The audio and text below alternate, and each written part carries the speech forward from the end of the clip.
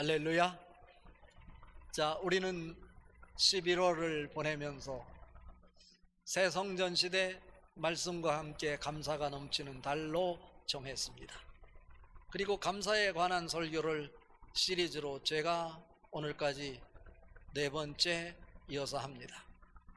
첫 번째 시간은 감사 초점 이동이라고 그랬고, 두 번째는 비욘드 코로나, 세 번째는 성숙한 신앙, 오늘은 땡큐 어게인입니다.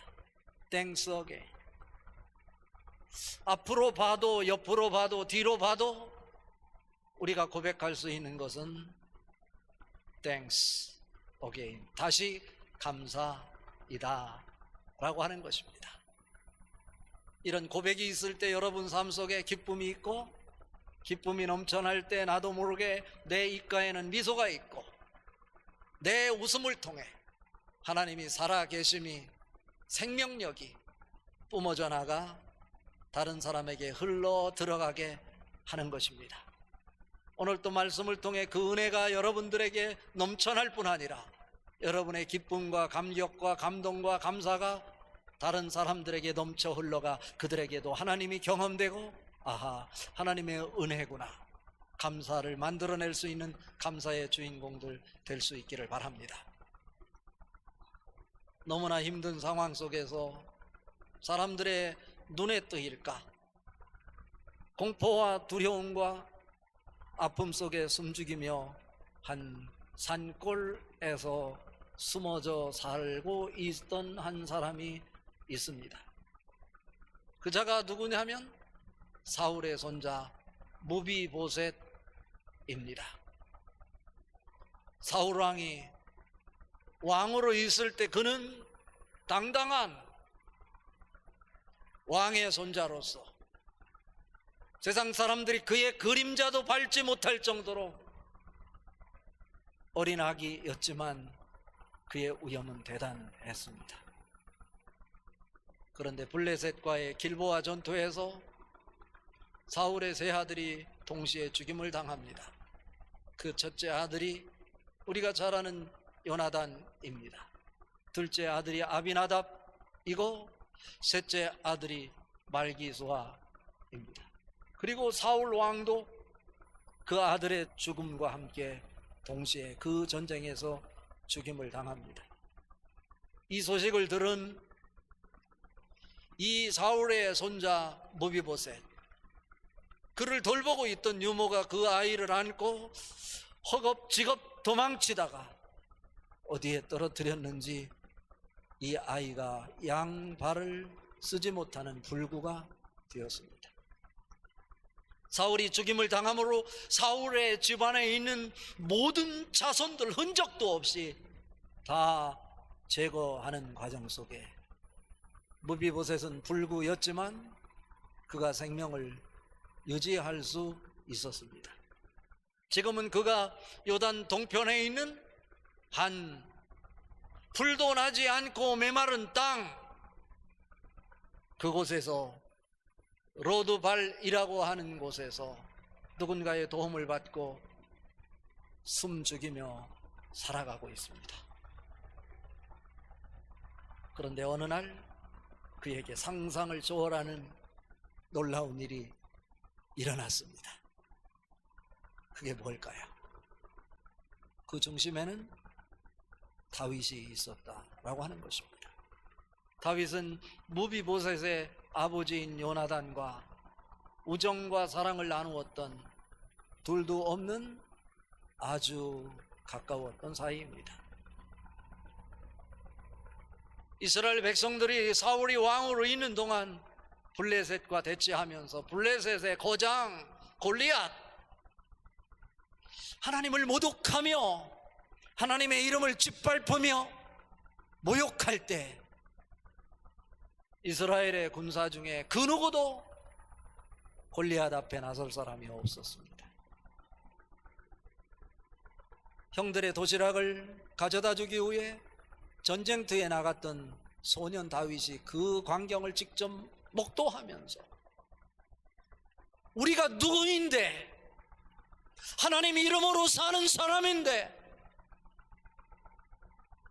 군인들이 숨죽이고 있는 그 모습을 보면서 이해가 되지 않았어요.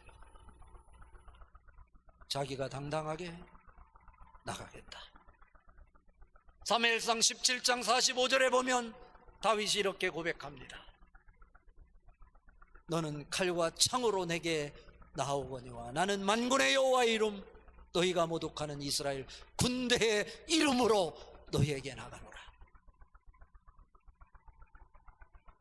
이스라엘 백성들이 세상의 방식으로 골리앗을 전혀 대치하지 못하고 있는 상황 속에서 다윗은 하나님의 이름으로 골리앗을 물맷돌 5개로 물리치고 당당히 이스라엘이 승리할 수 있도록 만들어내는 장본인이 되었습니다. 그때부터 다윗이 이스라엘의 부각이 되었고 사울 왕의 총애를 받고 나중에는 사울 왕의 사위로 세움을 받기까지 합니다.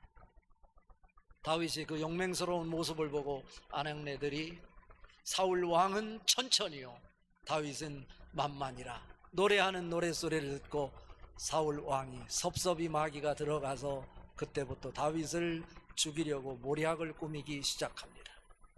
왕이 백성들을 돌보고 나라를 세우는 일에 시간을 투자하고 올인해야 할 것인데 나라를 살피고 백성들을 돌보는 일은 뒤로 하고 다윗을 추격하는 일에 10년 동안 다윗을 추격하고 쫓아다니고 다윗을 괴롭히는 일을 합니다. 다윗은 이해할 수 없었어요. 어려운 상황에 처할 때마다 다윗을 위기로부터 건져주신 하나님, 다윗은 하나님을 직접 경험하면서 10년 동안이나 사울의 추격을 피해서 하나님의 은혜로 살아왔어요. 사울의 추격을 받는 동안 사울의 아들이 요나단이었습니다. 사울이 다윗을 괴롭히고 그를 죽이려고 하는 것 이해할 수가 없었어요. 사울과 그의 아들 요나단 같은 몸이어야 자기 아버지가 하는 일 어쩌면 함께 하는 것이 도리였을 것입니다. 사울 왕의 뒤를 이어 이스라엘의 왕이 될 사람도 바로 사울 왕의 맏아들이었던 요나단이었어요. 그런데 요나단은 그런 것 개의치 않고 다윗을 만나는 순간 다윗의 눈빛에서 저 사람은, 저 친구는 하나님이 보낸 자이다. 다윗이 원하는 것이라면 무엇이든지 내가 그 일을 위해서 투자하겠다 라고 요나단은 고백합니다. 그런데 이런 요나단이 다윗이 위기에 처할 때마다 정보를 주었고 지혜를 주어서 그 죽음으로부터 모면할 수 있었는데 다윗과 요나단의 이 사랑, 의리 잊을 수 없는 거죠. 그런데 다윗을 사랑했던 요나단이 길보아 전투에서 죽었어요. 그 사건이 있은 후 17, 18년이 되었을 때 상황이 오늘 본문 상황입니다. 다윗은 왕이 되었어요. 무비보셋이 어쩌면 사울 왕의 뒤를 이어 이스라엘을 다스리고 통치하는 왕이 됐어야 될 것이었을 것인데 하나님은 다윗을 준비시켰어요. 다윗이 도대체 무엇이 준비되어 있길래, 하나님 앞에 어떤 부분이 마음이 들었길래 다윗을 왕으로 세우신 것일까? 오늘 본문 말씀을 통해서 다윗과 무비보셋의 관계 살펴보면서 나와 그리스도의 관계를 전맥시키며 그리스도를 대망하는 이 대림절에 우리는 어떤 모습으로 하나님을 기다려야 될까? 하나님이 보내신 예수 그리스도를 어떻게 준비하며 맞이해야 될까? 그 해답을 찾아보려고 합니다. 다윗은 어떤 사람이었습니까? 이 사건의 정면에서, 프론트 사이드에서 오늘 본문 말씀을 살펴보건대 다윗은 받은 은혜를 잊지 않는 자였습니다. 오늘 1절 말씀 같이 한번 읽어봅니다. 다윗이 이르되 사울의 집에 아직도 남은 사람이 있느냐? 내가 요나단으로 말미암아 그 사람에게 은총을 베풀리라 하니라. 아멘. 다윗은 왕이 되었습니다. 사울 왕은 죽었고 그의 아들들도 다 죽었어요. 오히려 다윗이 왕이 되어 그 왕권을 견고하기 위해서는 사울 왕 집안에 어떤 자가 한 사람이라도 남아 있다면 그 사람을 제거해야 했을 것입니다. 이것이 바로 세상의 논리입니다. 그런데 길보아 전투에서 자기가 사랑했던 요나단, 그가 죽었고 시간이 흘러 자기가 이스라엘을 통치하는 왕이 되었을 때 어느 날 요나단을 떠올리는 것입니다.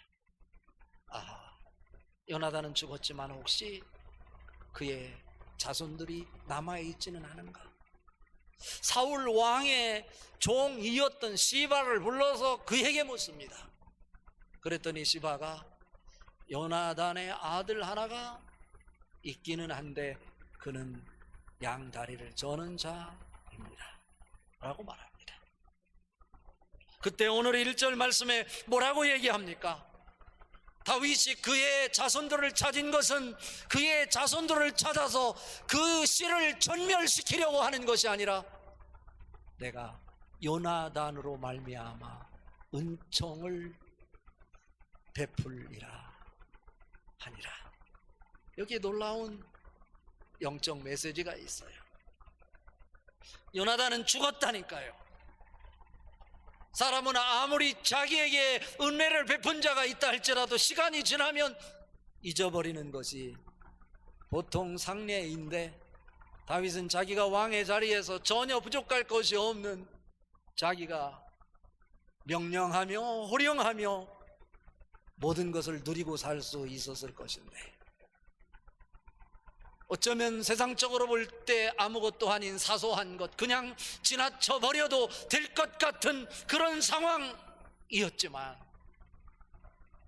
자기는 요나단의 그 관계, 자기가 어려웠을 때 자기의 목숨을 몇 번씩이나 건져주었던 의리의 사람, 그 사람을 잊을 수가 없어서 그 사람의 베푼 은혜를 잊지 않고 기억해내는 것입니다. 뭐라고요? 요나단으로 말미암아 내가 그에게 은총을 베풀리라. 여기서 은총이라고 하는 것, 히브리어로 헤세드라고 합니다. 헤세드는 무엇을 얘기하냐면 일시적인 것이 아니라 영원한 이터널 러브라고 하는 영원한 사랑을 얘기해요. 하나님의 자비와 은혜를 이야기할 때 우리는 헤세드라고 하는 단어를 써요. 사람들은 잠시 기억했다가 시간이 지나면 자기도 모르는 사이에 다 잃어버리는 법인데, 하나님의 사랑은 그렇지 않았다는 거예요. 요나단으로 말미암아 그에게 은총을 베풀리라 라고 하는 것은, 여기서 요나단, 히브리어로 그 이름 뜻이 뭐냐면 하나님이 보내셨다 라고 하는 뜻이에요. 요나단을 통해서 자기가 은혜를 입고 죽음의 상황에서 몇 차례나 위기를 모면하고 생명을 건질 수 있었지만, 그것은 요나단이 직접 한 것이 아니라 하나님의 헤세드의 은총을 입었기에 가능한 것이다. 그러니 지금 요나단에게 사랑을 입은 것도 요나단 자체에 포인트를 두는 것이 아니라 하나님의 섭리 속에 요나단을 통해서 그 사랑을 자기가 입은 것이다. 그러기에 지금 다윗은 왕의 위치에서 무엇을 기억하냐면, 요나단도 기억하지만 하나님께서 섭리 속에 요나단을 통해서 자기에게 덧입혀 주었던 그 자비, 은총을 잊지 않고 기억해낸다 라고 하는 것입니다. 어떻습니까? 사람들은 보통 자기가 가진 은혜를 어디에? 물에다가 새기고 원수는 돌에다 새긴다, 이런 말이 있어요. 물에다 새긴들 무슨 의미가 있겠어? 금방 지워지는 것이죠. 돌에다 새기면 잊혀지지 않고 영원히 기억되는 기념돌이 되는 것이죠. 에벤에셀이 되는 것이죠. 그런데 다윗은 세상의 논리와 달랐어요. 오히려 자기를 죽이려고 끊임없이 추격하고 자기 인생을 끝까지 지겨울 정도로 괴롭혔던 사울, 그 원수는 물에다 새기고, 자기에게 베풀어줬던 하나님의 은혜와 요나단을 통해서 자기에게 전달했던 그 사랑 잊지 않고 돌에다가 새겼다가 그것을 기억하여 오늘 요나단을 떠올리면서, 요나단은 죽었지만 혹시 그의 자손이 없는가? 내가 요나단으로 말미암아 은총을 그에게 베풀리라. 멋있지 않습니까? 요나단은 하나님이 주셨대요. 여러분도 하나님이 주셨어요. 여러분을 도우라고 하나님이 주신 요나단이 어디 있습니까? 여러분, 물에다가 은혜를 새기지 말고 돌에다 새겨 한순간도 잊지 말고 매번 한 번 이 감사의 달에 여러분에게 은혜를 베푼 은혜가 무엇인지를 회상해낼 수 있기를 바랍니다. 우리도 다윗과 같은 사람이 되기 위해 하나님께서 우리에게 베풀어 주신 은혜를 기억해내는 기억의 사람들 될 수 있기를 바랍니다. 옆에서 한번 오늘 본문 말씀을 살펴봅시다. 사이트에서 바라볼 때 다윗은 누군가의 존재를 기억하는 자였다라고 하는 거예요. 은혜만 기억하는 것이 아니라 어떤 자를, 그 존재 가치를 기억해내는 자였었다. 오늘 읽은 말씀 6절 같이 한번 읽어봅니다. 사울의 손자 요나단의 아들 무비보셋이 다윗에게 나와 그 앞에 엎드려 절하매 다윗이 이르되 무비보셋이여 하니 그가 이르기를 보소서 당신의 종이니이다 라고 했어요. 3절 4절에 보면 다윗이 사울의 종 시바를 불러서 그 사울의 그 자손 중에 남아있는 자가 없느냐 물었을 때 시바가 누구? 요나단의 아들을 소개하는데 요나단의 아들을 무비보셋인데 무비보셋 이름조차 부르지 않고 다리를 저는 자 한 사람이 있기는 합니다 라고 얘기를 해요. 다시 말하면 그가 숨어서 숨죽이고 사는데 다윗 왕 앞에 전혀 이름이 불려질 가치조차 없는 사람이라고, 사울 왕의 종이었는데도 불구하고 사울의 손자인데도 불구하고 그를 인격적으로 대하지 않고 외형적으로 다리를 저는 불구에 불과한 자가 있습니다 라고 답변해요. 이런 시바의 보고 앞에 다윗이 뭐라고 답변합니까? 무비보셋은 5살 되었을 때 자기 아버지가 죽고 자기 할아버지가 죽고 자기의 삼촌들이 전쟁에서 죽임을 당했다는 소식을 듣고 놀란 상황 속에서 유모의 이 품 안에서 불가피한 상황 속에서 잘못 떨어져서 그가 2다리를 잃게 되었습니다. 그것만 해도 인생의 고통, 허무, 자기의 희망이 다 산산조각 사라지는 거예요. 무비보셋, 그는 어쩌면 세상에 이름조차 드러내지 못하고 그냥 산속에서 광야 같은 곳에서 어쩌면 풀 한 폭이 없는 그런 황량한 곳에서 인생을 마무리했어야 됐을지도 모릅니다. 그런데 오늘 다윗이 그 무비보셋을 향해서 뭐라고 합니까? 사울 왕의 종조차도 다리를 저는 자라고 이름 부를 가치조차도 없는 자로 소개하고 있지만 다윗은 뭐라고 얘기합니까? 그가 다윗 앞에 나와 엎드려 두려움을 가지고 절할 때 다윗이 뭐라고 합니까? 무비보셋이여 하니 라고 고백하고 있어요. 이름을 불렀다는 것은 단순히 이름을 불렀다는 데 의미가 있는 것이 아니라 그 사람을 인격이 있는 한 가치로 존중해 주고 있다라고 하는 표현인 것입니다. 그런 불구였지만 누가? 다윗이 자기에게 은혜를 베푼 존재를 기억해냄으로 인해서 자기 아버지 요나단 때문에, 요나단에게야 은총을 베풀었던 하나님의 은혜 때문에 지금 무비보셋이 은총을 다윗으로부터 받고 있는 거예요. 우리들이 그런 거 아닌가요?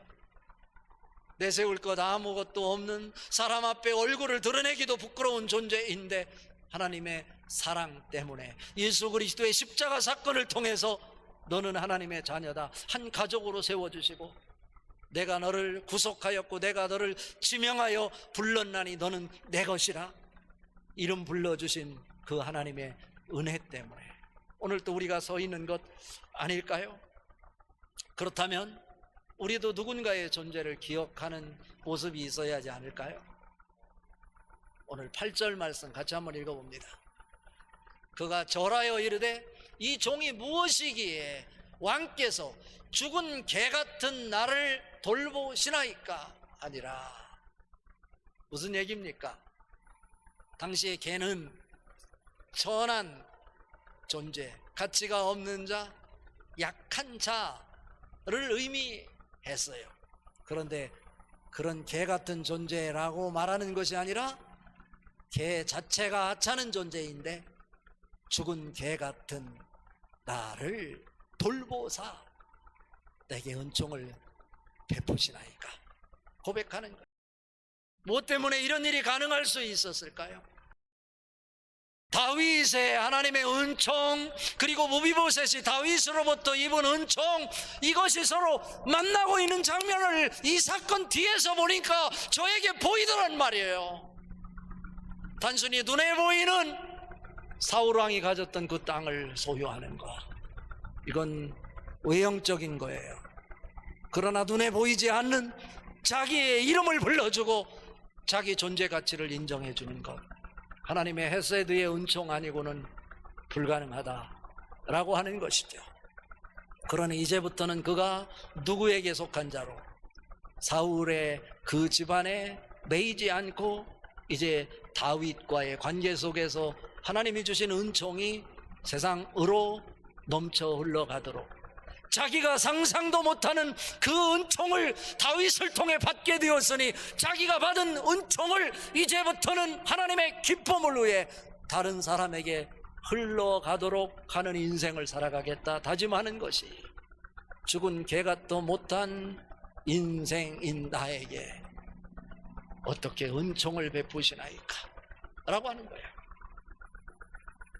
그러나 하나님의 은총을 받은 다윗에 의해서 자기가 부끄럽다고 생각했던 것 다 어떻게 됐어요? 바람을 불게 하여 흐트러 버렸어요.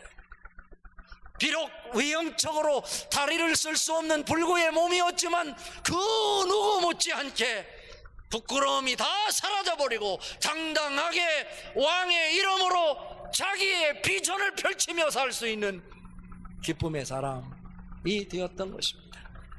다윗을 통해 하나님의 은총을 입은 무비보셋이 지금부터는 이제 하나님을 거역하는 우상과 대치하고 오직 하나님의 기쁨을 위해서 하나님 말씀 하나 붙잡고 살아가는 무비보셋의 모습, 지금 걷는 데는 불편하지만 그의 얼굴 속에는, 그의 인생 속에는 상상을 초월하는 기쁨이 넘쳐나고 있는 거예요.